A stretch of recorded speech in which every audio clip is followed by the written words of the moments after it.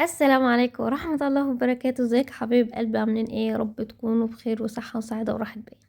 عايزة اقول لكم احنا خلاص قربنا على بداية السنة الجديدة. كل سنة وانتم طيبين، ويا رب دايما بخير، ويا رب دايما متجمعين في هنا وسعادة وراحة بال يا رب.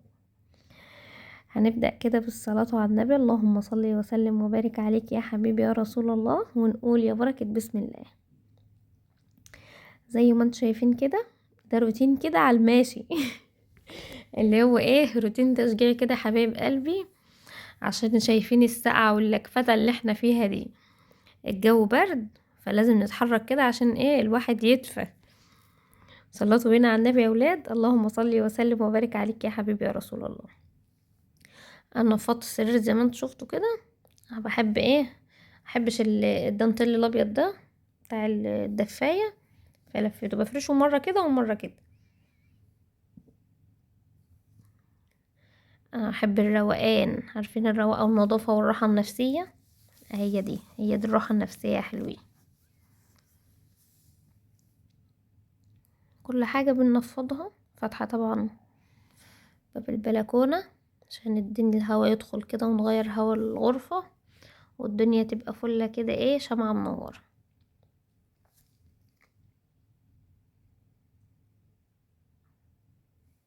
يلا يا حلوة، مستنية ايه؟ قومي تشجعي، يلا امسكي اوضتك كده ايه، روقيها، ما تسيبيش فيها حاجة.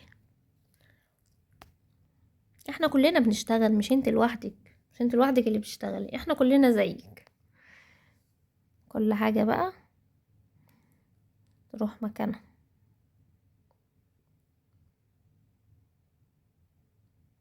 ايوه كده.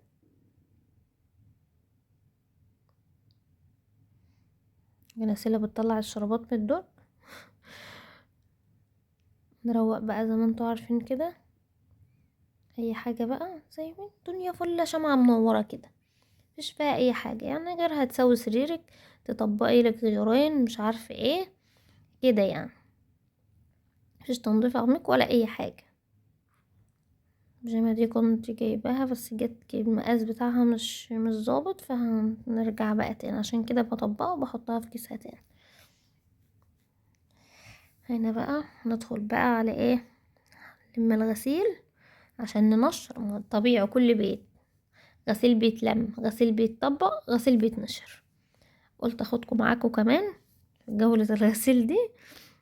انا بنشر هنا صراحة، المنشر ده رحمني من طلوع السطح ونزوله. تحفة تحفة تحفة. لو عندك مكان كده تقدري تعملي فيه، وكمان فيه صاج، شايفين الشمس ما شاء الله إيه، فما بينزلش عليه مية شتا ولا اي حاجة يعني، احسن من نشر البلكونة كمان.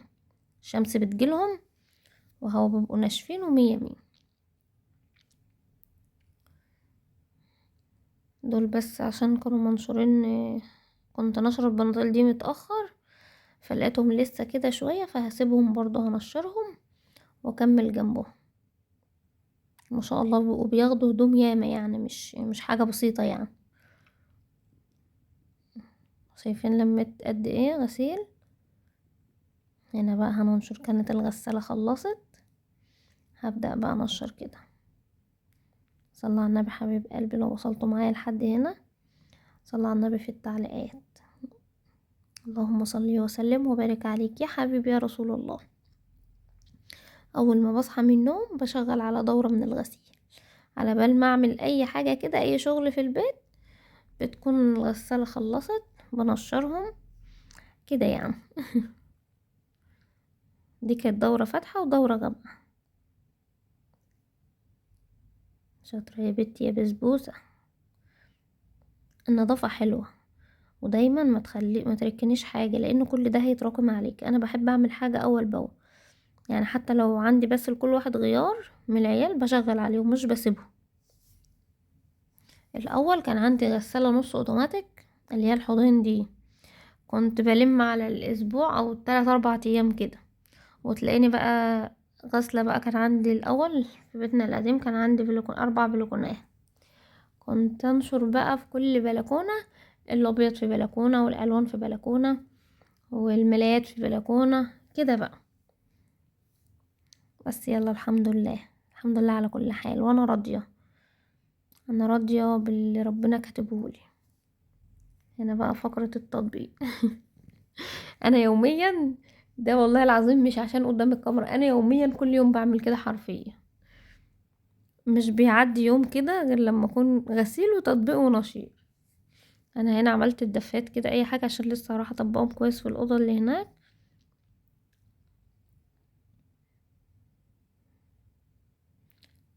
ظبطي حاجتك اول باول، هتلاقي كل حاجة متسوية وعلى المرتاح. مش كل شوية بقى هتقعدي تنكشي وتساوي وتعملي، لا.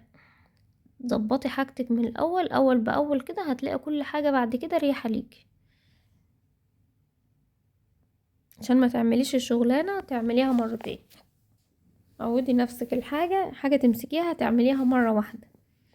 يعني انا دلوقتي هفاجئكم بمنظر في الغرفة التانية. كنت مطبقة كده شوية هدوم لسيلة وسبتهم بس على السرير، قلت على ما اطبق بقية الغسيل ده كمان و... وهرجع احطهم بقى الاتنين مع بعض. اقسم بالله انا اتصدمت لما دخلت. هو انا كنت لسه هروح اسويها وكده، بس ما كانتش بالمنظر ده خالص. انا بقى اعلق كل العبايات والاسدالات.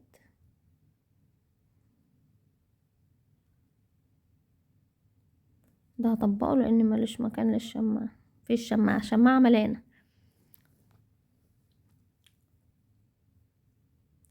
الطرح بتاعتي برضو بطبقها عشان بعينها في الدرج، هي والبندانات كل حاجة مخصصة لها مكان.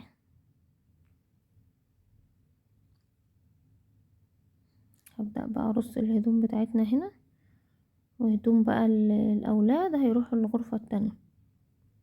كده خلاص هدوم العيال اهو وديتهم هناك. وكنست، ما حبيتش اطول عليكم، كنست الغرفة ولمعت المراية وولعت بقى بخور برا. شايفين هنا بقى المنظر؟ والله العظيم الهدوم دي كلها كنت مطبقاها ورصاها على السرير هناك كده.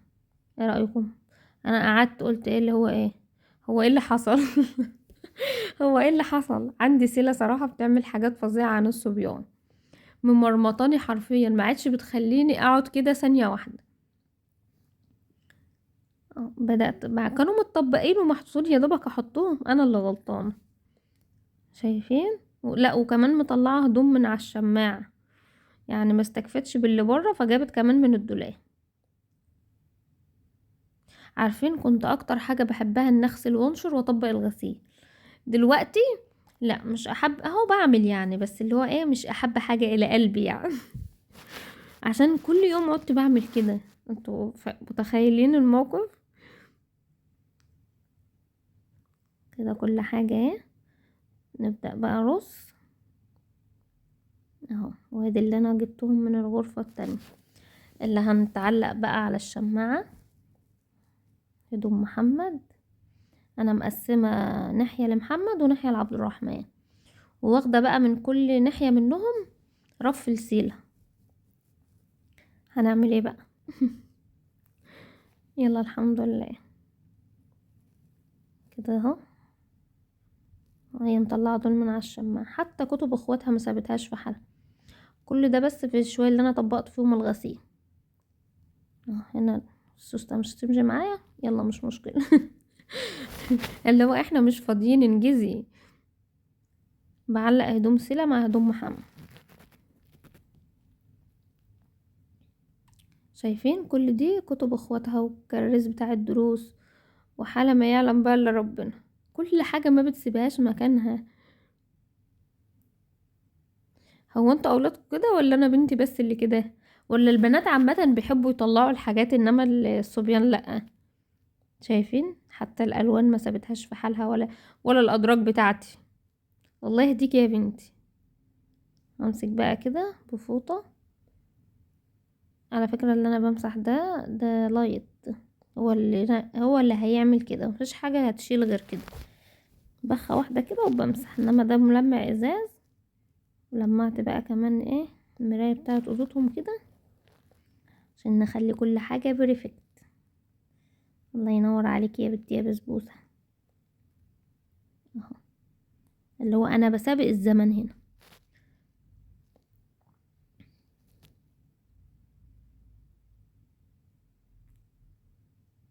برصهم لها عشان تنكشهم تاني. شايفين؟